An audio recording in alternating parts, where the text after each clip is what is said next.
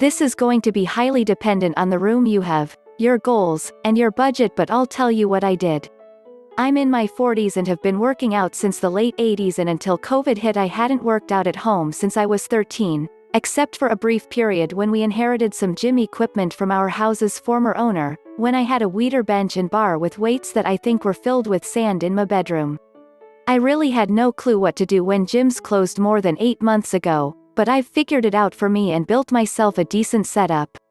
Luckily last Christmas we built a small area in our garage for my wife and kids with some floor padding, a few light weights, some bands, and suspension training cables. The big brand is TRX, but in reality you can buy far cheaper generic ones that work just as well. TRX cables will cost you at least $150 plus monthly fees if you want to have access to their online programs, whereas generic brands will set you back $40 or $50. The higher cost TRX is more durable, but if you're using them in a home gym that gets used 5 times per week by your family, they don't need to be as durable as a pair that gets used for 12 hours straight at a commercial gym. Buy the cheaper option. You do need either a very sturdy bar to wrap them around or be able to drill a separately sold base $12 to $15 into a stud in your wall. I'll be honest, as a hardcore gym rat for decades who had only used these a few times, I didn't think they'd work for very long, but I was surprised. If you know how to angle your body and use your own body weight, they can do far more than I thought possible, but you need to almost hang upside down and really be confident in that stud you drilled it into. If that's all you need, you can pretty much stop there outside of cardio equipment. If you're not looking to lift heavy weights, get these and use them. They don't take up much room, they're not expensive, and they're enough for most people's goals. I suppose you can get a few light dumbbells and bands if you'd like, and you'd be set without spending much money at all. However, after it looked like gyms were going to be closed for longer than a few weeks or months, I decided to start building a home gym because those cables don't allow some of the basics I love, like squats, bench presses, deadlifts, and other big movements. I had cobbled together things like filling buckets up with rocks, but it was way too rocky and it was sometimes difficult to perform lifts with proper form safely. Luckily I have a 2+ car garage and we don't use one of the spots, so I had some room but not a massive amount. First I got a power rack, a barbell, an adjustable bench and a few plates. The Rogue rack below was simply what was available when I was looking, had good reviews and was compact enough to fit in my limited space. I bought this rack and it's worked well, but there are many other options. Look around. It's been tough to find available fitness products because everyone's been buying home exercise equipment, so get what you can. Beggars can't be choosers. If you're going to be anywhere near seriously lifting with a barbell at home, I'd highly recommend a power rack, because if you fail you always have the safety so you don't kill yourself. As in really kill yourself. And it doubles as a pull-up bar.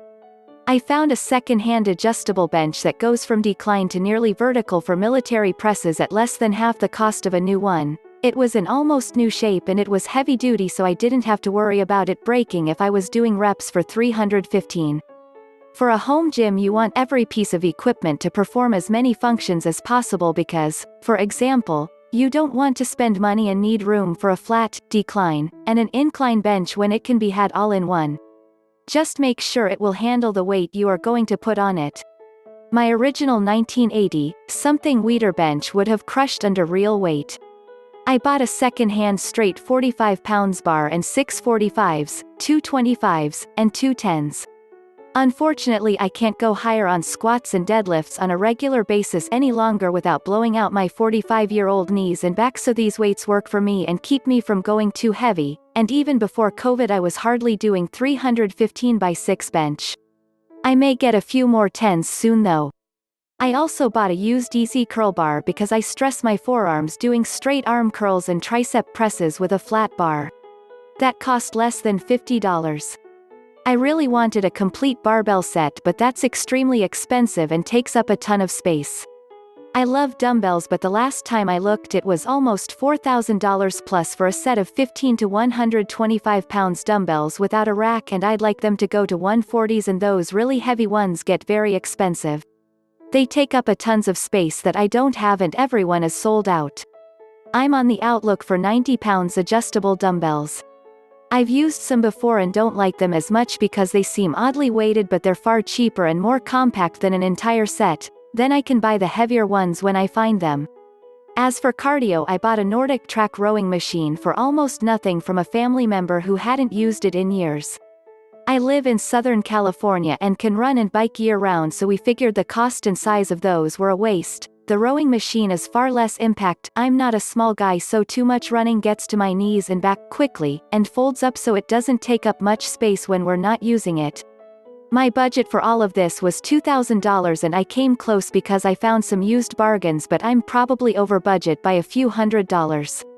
I didn't keep close track because the second-hand stuff was cash and negotiated on the spot. My advice is to build out your home gym based first on your goals, then figure out what space you have and your budget. Determine what's most important to you and prioritize those things.